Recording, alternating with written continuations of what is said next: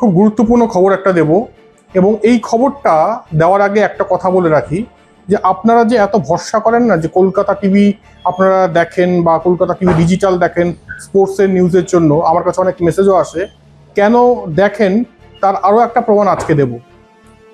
3রা October Salt Lake স্টেডিয়ামে Brazil বনাম Indian টিমের খেলা হতে চলেছে। এটা ফার্স্ট ব্রেক করি আমরা, এবং সেটায় শিলমোহর, সেটায় অফিসিয়াল শিলমোহর দিয়েছে ব্রাজিল ফুটবল কনফেডারেশন এবং একই সঙ্গে অল ইন্ডিয়া ফুটবল ফেডারেশন।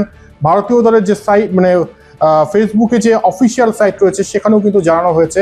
তাই এর থেকে ভালো খবর আর কিছুই হতে পারে না, এবং ভালো লাগছে যে কোনো খবর ব্রেক করার পর সেটা যখন অফিসিয়াল স্বীকৃতি পায় তখন সেটা সাংবাদিকের সার্থকতা। এবং কলকাতা টিভি অনেক ব্রেক করেছে, আপনারা জানেন স্টেডিয়াম বুলেটিন অনেক ব্রেক করেছে, এটাও একটা ব্রেক হয়ে থাকলো।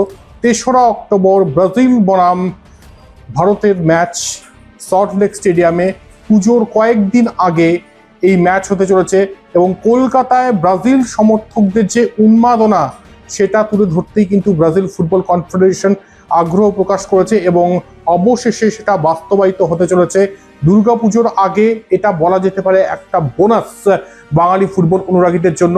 ব্রাজিল বনাম ভারত, এরকম একটা মুহূর্ত তৈরি হতে চলেছে সল্টলেক স্টেডিয়ামে, যেটা হয়তো আগামী কয়েকশো বছর পরেও এই ম্যাচটা নিয়ে আলোচনা হবে।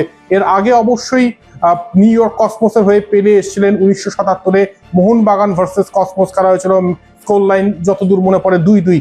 এবার কিন্তু ব্রাজিল বনাম ভারতবর্ষ, ব্রাজিলকে যদি ভারত আটকে দেয় তাহলে কিন্তু দিওয়ালি নামবে, দিওয়ালি আসার কয়েকদিন আগেই। তাই ওটাই বলবো যে এর থেকে ভালো খবর আর কিছু হতে পারে না বাঙালি ফুটবল অনুরাগী এবং একই সঙ্গে ভারতীয় ফুটবল অনুরাগীদের জন্য, যে ভারত বনাম ব্রাজিল ম্যাচ হতে চলেছে। প্রীতি ম্যাচ, ব্রাজিল এর আগে 2টো প্রীতি ম্যাচ খেলবে অস্ট্রেলিয়ায় টাউন্সভিলেতে এবং একই সঙ্গে খেলবে ব্রিসবেনে। তারপরে ভারতে আসবে 3রা অক্টোবর সল্টলেক স্টেডিয়াম, একদম জমজমাট থাকবে, যেখানে ভারত মুখোমুখি হচ্ছে ব্রাজিলের। এবং এই খবরটা ব্রেক কিন্তু করে প্রথম কলকাতা টিভি। তাই আপনাদের ভালোবাসা সঙ্গে থাকলে এরকম আরো অনেক ব্রেক এবং চমক থাকবে কলকাতা টিভিতে এবং স্টেডিয়াম বুলেটিনে। সঙ্গে থাকুন কলকাতা টিভি এবং দেখতে থাকুন কলকাতা টিভি রাত দিন 7 দিন।